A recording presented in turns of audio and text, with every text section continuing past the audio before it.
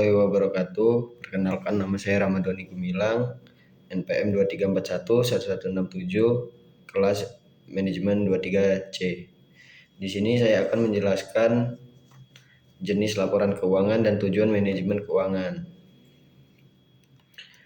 Berikut adalah penjelasan mengenai jenis laporan keuangan dan tujuan manajemen keuangan. Jenis-jenis laporan keuangan. Laporan keuangan adalah dokumen yang menyajikan informasi tentang kondisi keuangan dan hasil operasional suatu perusahaan dalam periode tertentu.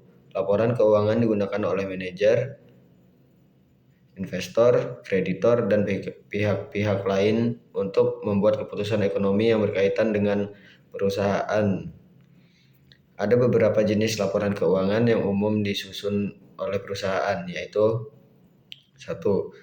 Laporan posisi keuangan, yaitu neraca. Yang pertama, definisi.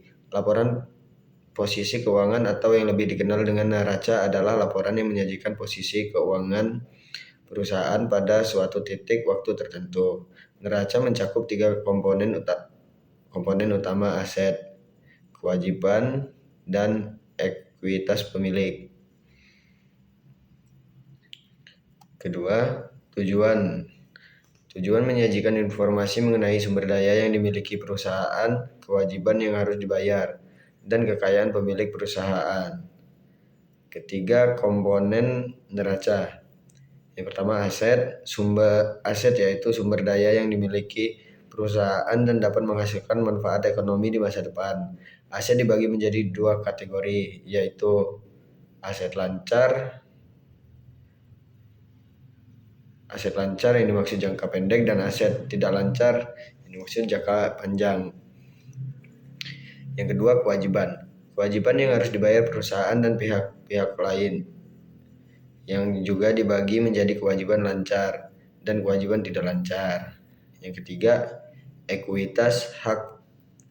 Ekuitas hak pemilik perusahaan atas aset perusahaan setelah dikurangi kewajiban. Ini juga dikenal sebagai modal atau kekayaan bersih perusahaan.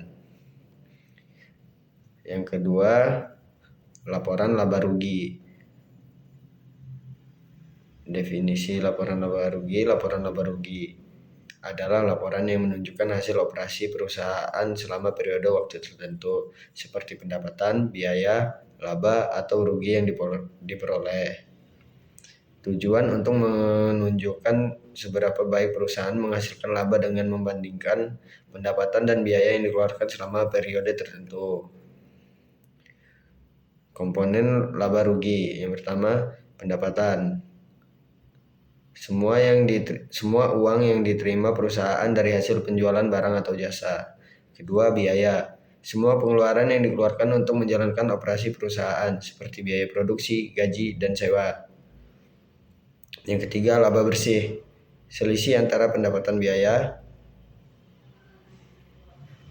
dan biaya. Jika pendapatan lebih besar dari biaya, perusahaan memperoleh laba. Sebaliknya, jika biaya lebih besar dari pendapatan, perusahaan mengalami kerugian. Yang ketiga, laporan arus kas.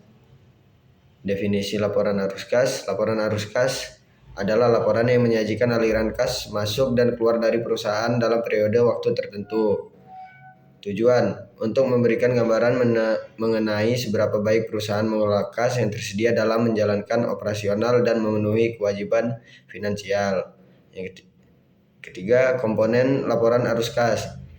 Arus kas dari aktivitas operasional. Aliran kas yang berasal dari kegiatan utama perusahaan, seperti penerimaan dari penjualan dan pembayaran kepada pemasok atau karyawan.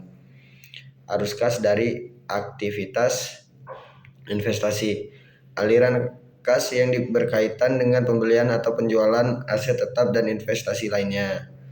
Arus kas dari aktivitas pendanaan.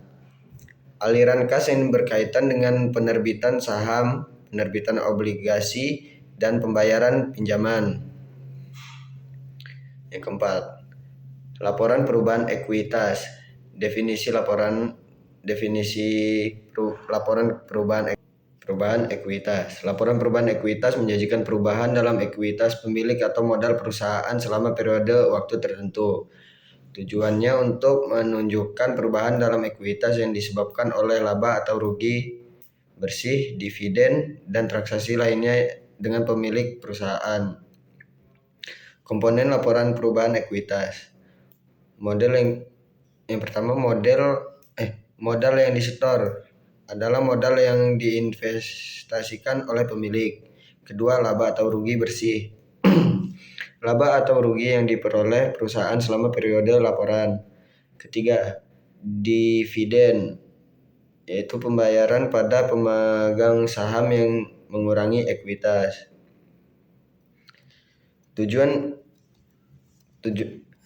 Sekarang masuk ke strip 2 ini.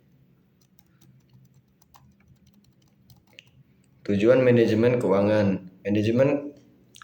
Manajemen keuangan bertujuan untuk mengelola sumber daya keuangan perusahaan dengan cara yang optimal. Tujuan manajemen keuangan dapat dibagi menjadi tujuan umum dan tujuan khusus yang meliputi 1. Tujuan utama manajemen keuangan, yaitu memaksimalkan kekayaan pemegang saham. Tujuan utama manajemen keuangan adalah untuk memaksimalkan nilai perusahaan yang pada gilirannya meningkatkan kekayaan pemegang saham.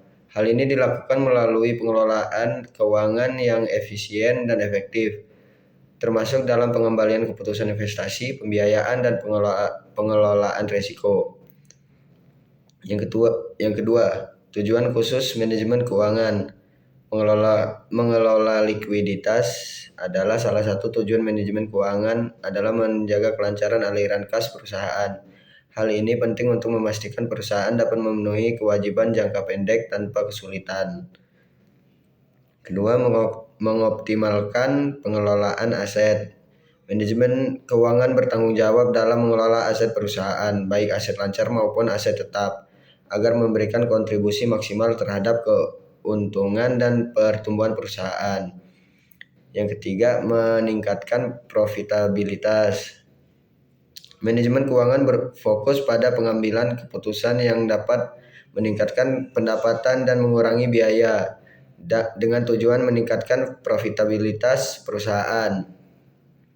Yang keempat, mengelola risiko keuangan.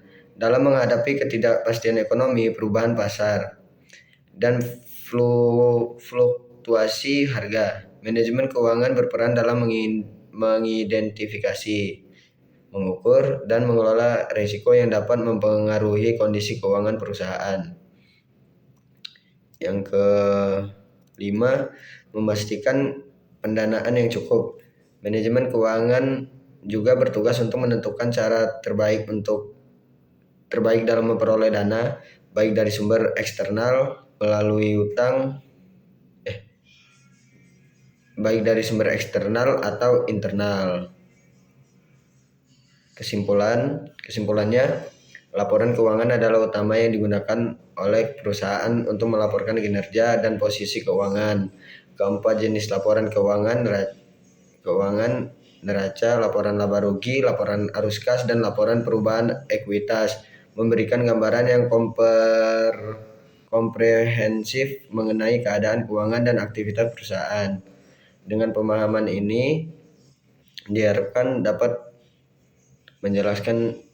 diterima dengan baik. Terima kasih.